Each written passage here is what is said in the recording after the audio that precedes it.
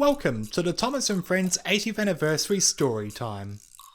Today's story is Thomas's Christmas Party, based on the railway series by the Reverend W. Awdry, created by Britt Allcroft, read by Daniel Long.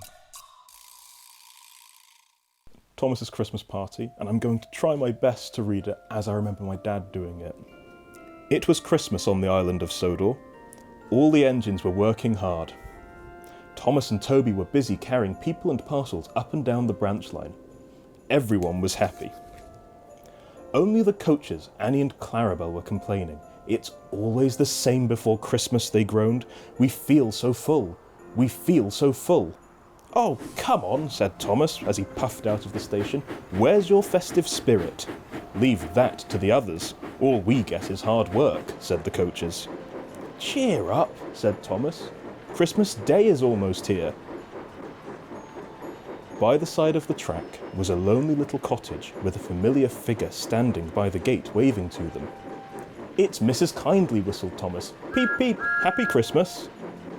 However heavy the loads, Thomas always felt better for seeing Mrs. Kindly. Christmas just wouldn't be Christmas without Mrs. Kindly, he said, and puffed thoughtfully on. When work was over, Thomas went to see the other engines. It was a scene of great celebration. Their coats had been polished and they felt very proud of themselves. "Huh," said Gordon, "just look at us. Your driver will have to work fast to get you to look as smart as us." "Never mind that," replied Thomas. "I've something important to say. Do you realise it's a whole year since Mrs. Kindly saved us from a nasty accident? You remember, she was ill in bed and—" "Yes, of course," interrupted Edward. "You told us how she waved her red dressing gown out of her window to warn you about a landslide on the line ahead."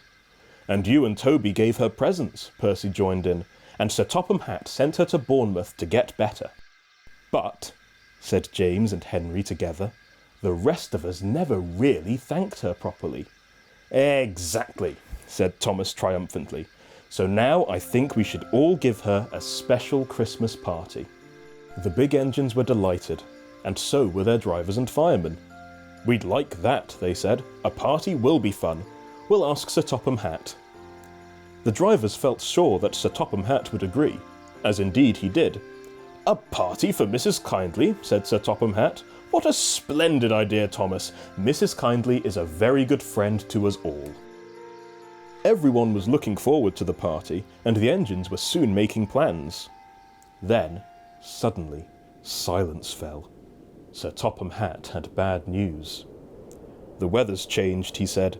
"Mrs. Kindly is all snowed up. Toby says he will help to rescue her. You must help too, Thomas. There's no party unless you do." Thomas hated snow, but he said bravely, "I'll try, sir. We must rescue her, we must." "There's a good engine," smiled Sir Topham Hatt. "You and Toby will manage splendidly."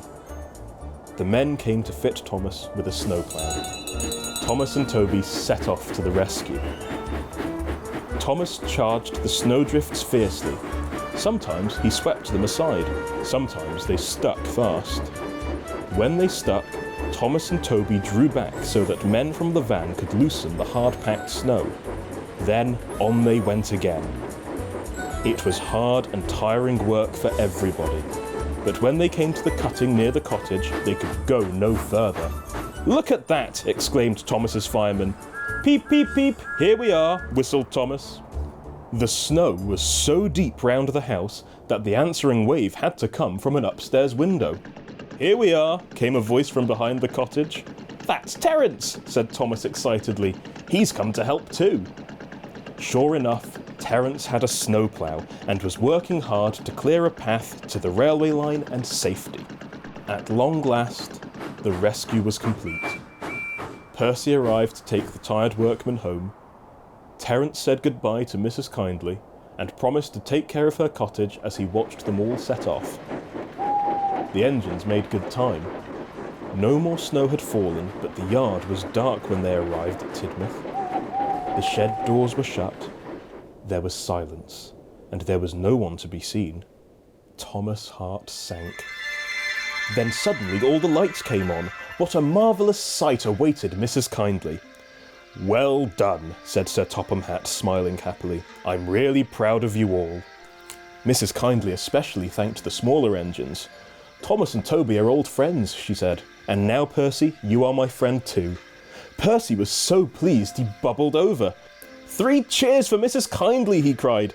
"Peep, peep, peep," they all whistled. Sir Topham Hatt held his ears, but everyone else laughed and joined in. "Right, everyone," he said.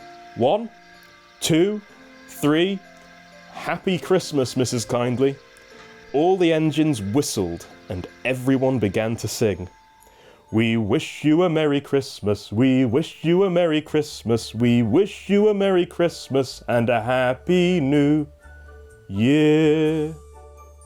Thomas the Tank Engine and his friends thought it was the best Christmas ever, and Mrs. Kindly could think of nowhere she would rather live than here with them on the Island of Sodor.